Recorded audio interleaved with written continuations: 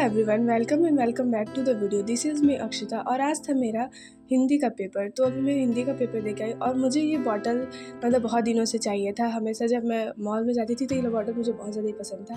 तो आज मेरी मम्मी ने इस बॉटल को लाकर मुझे सरप्राइज़ दे दिया और रियली ये बॉटल बहुत ज़्यादा ही सुंदर है। आप लोग बताना आप लोग को ये बॉटल कैसा लग रहा है। एंड फिर मैं स्कूल से आने के बाद कल है मेरा इंग्लिश का पेपर, तो अभी से ही मैंने इंग्लिश का तैयारी करना स्टार्ट कर दिया। पेपर हो और डर ना लगे ऐसा तो हो नहीं सकता है। और सबसे पहले मैंने इंग्लिश का मतलब जो भी शॉर्ट लेक्चर देखना था उसे देखा। मतलब सबसे ज़्यादा तो चैप्टर समझ में आ गए थे। सबसे ज़्यादा जो भी दिक्कत था मुझे पोएम में ही था, क्योंकि हमारे स्कूल में ना पोएम के स्टैंजा से क्वेश्चंस आते हैं। लाइक स्टैंजा दिया रहता है और उसी से क्वेश्चन आता है, तो इसलिए मैं सारे पोएम को समझ लूँगी कि स्टैंजा आए तो दिक्कत ना हो। वैसे कहानी तो सारी मुझे याद है कि इस कहानी में क्या हुआ था क्या नहीं हुआ था, बट मुझे पोएम की जितनी भी चीज़ें थी वो सारी मैं भूल गई हूँ अभी। मीन्स उसका जितना भी वन शॉट लेक्चर होता है उसे देख के समझ लूँगी तो हो जाएगा। मतलब ज़्यादा तो नहीं भूली, बट कुछ लाइन्स याद है, कुछ चीज़ें नहीं याद है, तो उन्हीं सारी चीज़ों को देख के समझने वाली हूँ। एंड फिर मैं एक दो कहानी को भी समझने वाली हूँ, बिहाइव का नहीं, मूवमेंट्स का। वैसे बिहाइव का तो मुझे एक ही चैप्टर का कहानी थोड़ा बहुत नहीं याद है, अ ट्रूली ब्यूटीफुल माइंड का। वैसे सारी कहानी याद है।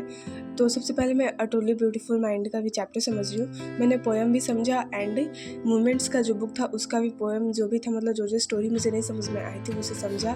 और भाई इतना ज़्यादा कल पेपर है और इतना ज़्यादा डर लग रहा है ना कि मैं बता नहीं सकती हूँ लिटरली।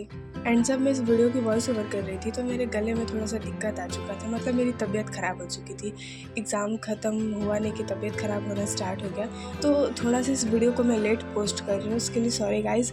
एंड सारे एग्ज़ाम के ब्लॉग्स आएंगे। मतलब जो एग्ज़ाम के टाइम था वो मैंने वीडियोज़ बना लिया था। मतलब इतना ज़्यादा उस टाइम मेरे सर के ऊपर प्रेशर था ना, मतलब इतना ज़्यादा डर लग रहा था एग्ज़ाम के लिए, मैं बता नहीं सकती हूँ। एंड मेरी दोस्त लोग भी कॉल करके पूछ रही थी क्या तुमने ये वाला पढ़ लिया, क्या तुमने वो वाला पढ़ लिया। मैंने बोला भाई अभी तो मैंने पढ़ना ही स्टार्ट किया, तो अब इतना जल्दी कैसे पढ़ लेंगे। तो एक एक करके सारे चैप्टर्स को मैंने पढ़ना स्टार्ट किया। तो मतलब ऐसा था ना कि मुझे बिहाइव में तो सारे चैप्टर समझ में आया था, बट मोमेंट्स में कुछ नहीं समझ में आया था। Like Iswaran the story teller and in the kingdoms of woods और द हैप्पी प्रिंस तो मुझे याद था कि कहानी में क्या क्या होगा।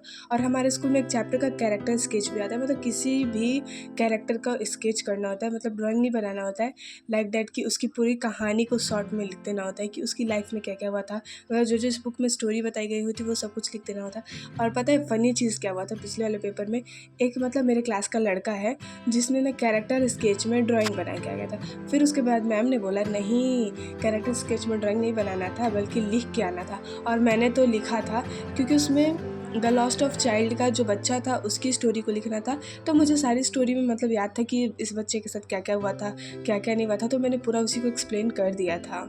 एंड कहानी समझने से ऐसा हो जाता है ना कि कैरेक्टर स्केच करने में भी ज़्यादा टाइम नहीं लगता है, याद रहता है कि इस कहानी में क्या क्या हुआ था, तो उस हिसाब से हम लोग जल्दी कैरेक्टर स्केच कर देते हैं। तो उसके बाद मैंने ग्रामर का रिवीजन करना स्टार्ट किया, डायरी एंट्री का, क्योंकि हमारे एग्ज़ाम में डायरी एंट्री भी आने वाली थी।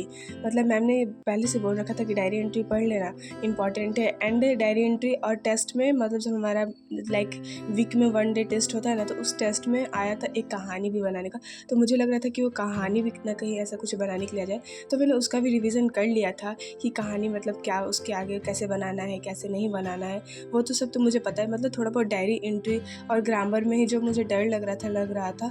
एंड वैसे भी ग्रामर हो जाएगा, थोड़ा बहुत तो खुद पे विश्वास था मुझे, फिर भी मैंने पढ़ाई कर लिया।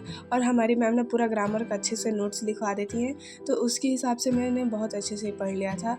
और इंग्लिश ग्रामर उतना ज़्यादा मतलब लाइक डैट कि हमारी मैम जब क्लास में पढ़ाती है तो समझ में आ जाता है, उतना ज़्यादा हार्ड नहीं लगता है।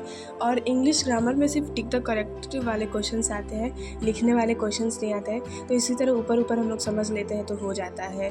और इसमें डिटरमाइनर्स भी था, टेंसेस भी थे, मॉडल्स भी थे और डायरी एंट्री और जो कहानी बना के लिखना होता है वो सब अभी तक हमारे स्कूल में ग्रामर में पढ़ाई हुआ था, तो उन्हीं सबको मैंने रिविज़न कर लिया। ऐसा लग रहा था कि हाँ पेपर हो जाएगा घर पे, और मतलब हाँ पेपर हो भी गया। इंग्लिश का मतलब लिखना बहुत ज़्यादा था लिटरली गाइज, हिंदी की तरह हिंदी में भी लिखना बहुत ज़्यादा था और उसी तरह इंग्लिश में भी लिखना बहुत ज़्यादा ही था। तो सारे चैप्टर्स का मैंने रिवीजन करना स्टार्ट किया और एक बार मैंने सोचा कि अपने कॉपी से भी रिवीजन कर ले। तो सबसे पहले मैंने अपने बिहाइव की कॉपी से रिवीजन करना स्टार्ट किया। और मतलब इस हम लोग खुद से ही क्वेश्चन आंसर लिखते हैं, तो मतलब मुझे याद रहता है कि मैं ये सब कुछ आंसर मैं लिखती हूँ। एंड जो नहीं आता है वो तो गूगल है ही, मतलब उससे पूछने के लिए गूगल से हम लोग भी कुछ कुछ कर लेते हैं। तो वही सारे क्वेश्चन आंसर को अभी मैं याद कर रही थी। मतलब वैसे याद था, मतलब मैंने चैप्टर भी समझ लिया था, बट एक बार देख ले रही थी कि लाइक डैट कि इसमें से ना कहीं कुछ आ जाए, इसलिए मैंने एक बार देख के रिवीजन कर लिया। और मैंने बिहाइव के भी से भी रिवीजन किया था और मूवमेंट से भी। मूवमेंट्स का तो ज़्यादा बड़ा बड़ा क्वेश्चन आंसर नहीं था, मतलब जो भी कैरेक्टर स्केच करना था वो हम लोगों ने मूवमेंट्स की कॉपी में किया था।